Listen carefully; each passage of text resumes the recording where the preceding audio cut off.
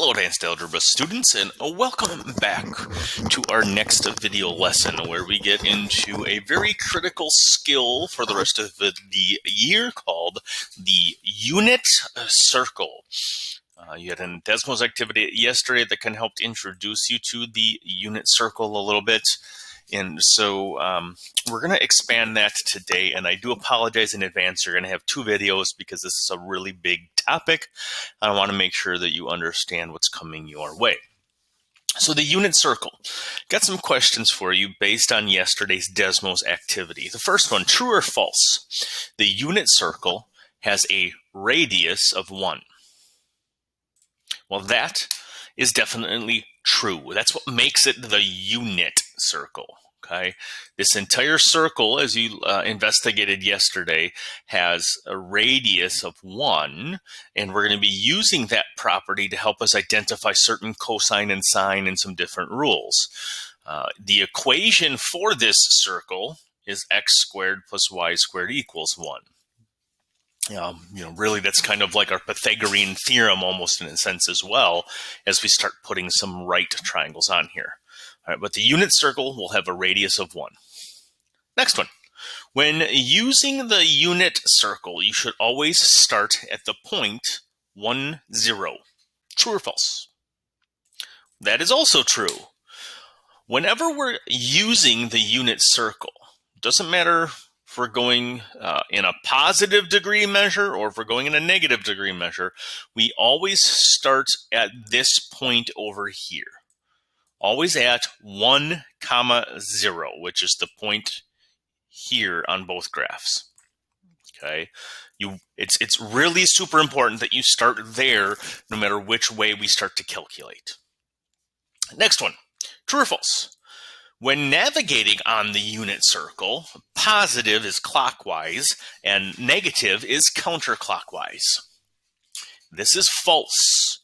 False. Okay, so I'm going to put a big line through these. Not true. A positive angle measure means we're going to go counterclockwise. So if I'm looking for 30 degrees, I'm starting at that point 1, 0 and moving 30 degrees on the circle, thus creating the angle. Whereas a negative angle measure, if I'm trying to draw negative 45, again, I start at that 1 point, 1, 0, and we move clockwise 45 degrees for a negative. We did learn about this in geometry when we talked about rotations and positive negative degrees. All right, so this is a key element. This is probably the second most important element.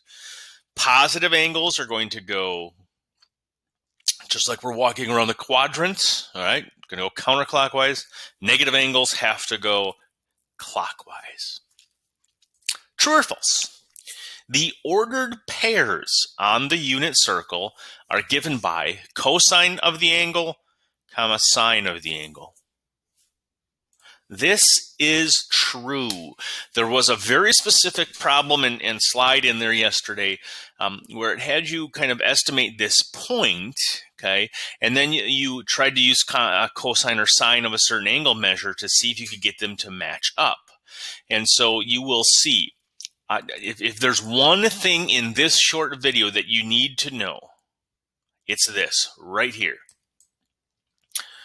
Any point we're looking at, right? Normally we look at points as x, y, and so it's still similar to x, y, but this x coordinate relates to the cosine of our angle. This y coordinate relates to the sine of our angle. And I'll demonstrate why that is in just a moment. But it's this, cosine, sine. xy is cosine, sine.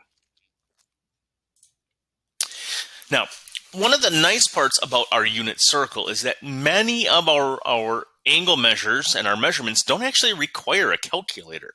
A lot of this, honestly, you might memorize, but some of it you don't even need. So, for example, this is 0 degrees right here. Okay, that's 0 degrees. And at 0 degrees, we have the point 1, 0. This one that's right there, that represents cosine of our angle, or cosine of 0 equals 1, right? That's this right here. Because that point has an ordered pair 1, 0, and it's cosine, sine, we can say cosine of that 0 degrees is 1. Same thing if we look up here at 90 degrees, right? This is a 90-degree angle up on top. Its measure, or its coordinate, is 0, 1. Well, what does the 1 represent? That's the sine. So we can say the sine of the angle that we're at, or sine of 90, is equal to 1. Well, what about this point, right? How many degrees is this? That's 180. So I'm sitting at 180 degrees. The point is -1, 0. So what does that -1 represent? That is the cosine of 180 degrees. And then we've got this last one down here, which if I go all the way around this unit circle to here, that's 270 degrees. And that's the point 0, -1. The -1 represents the sine of that angle that we're at. So the sine of 270 has to equal -1. And you can see that on this top half. Now, if I were to go the opposite way, we're going to go -90 degrees, we could get similar relationships, okay? But the important part is tying this knowledge over here that whatever the ordered pair is, cosine goes to the first one, sine of our angle goes to the second one, we can relate to that unit circle.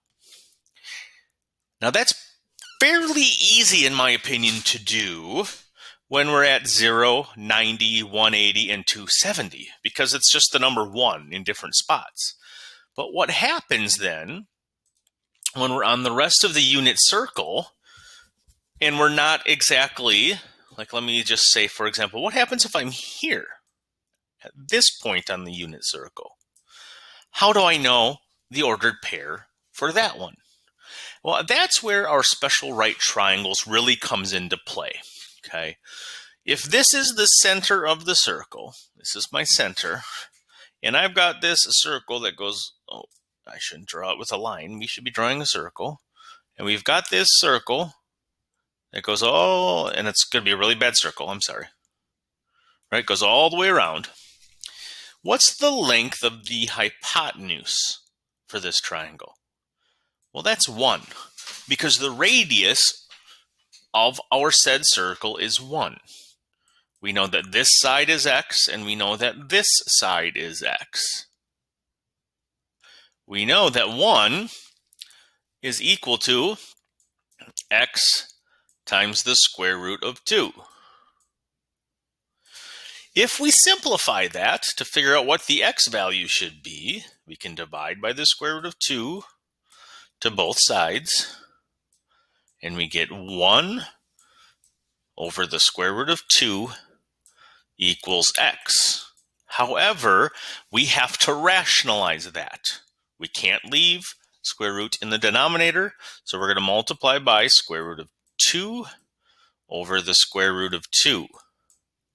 1 times the square root of 2 gives me the square root of 2. Square root 2 times the square root of 2 on the bottom is 2. So our x in both of these is the square root of 2 over 2.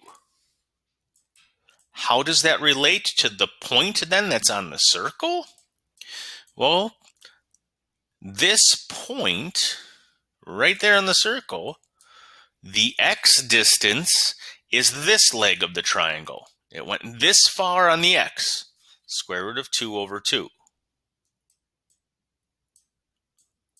How far up on the y-axis did it go then? That's the second leg over here, which is the square root of 2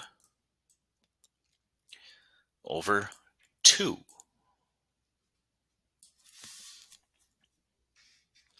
And so you can see that as we use these special right triangles, it helps us to identify what that is.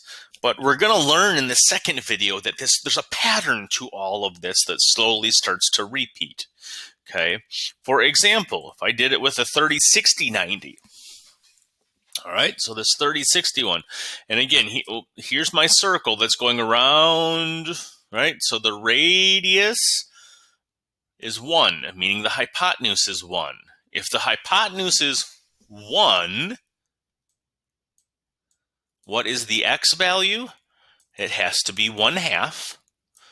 Right? We doubled this to get my hypotenuse, which means x, or 1/2, times the square root of 3, which means square root of 3 over 2. So now how do I write this point here as an ordered pair?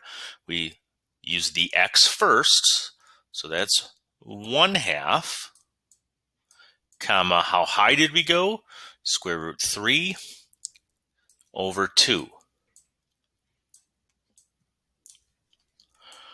Now, that means that we can, if this is our angle, that we've gone this far on the unit circle, 60 degrees, I can say that the that the cosine of 60 is equal to 1/2.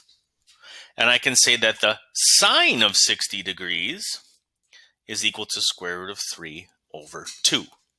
And if you don't believe me, calculate them. Try and plug in a calculator. What is the square root of 3 divided by 2? Write that as a decimal. And then check to see what sine of 60 is as a decimal.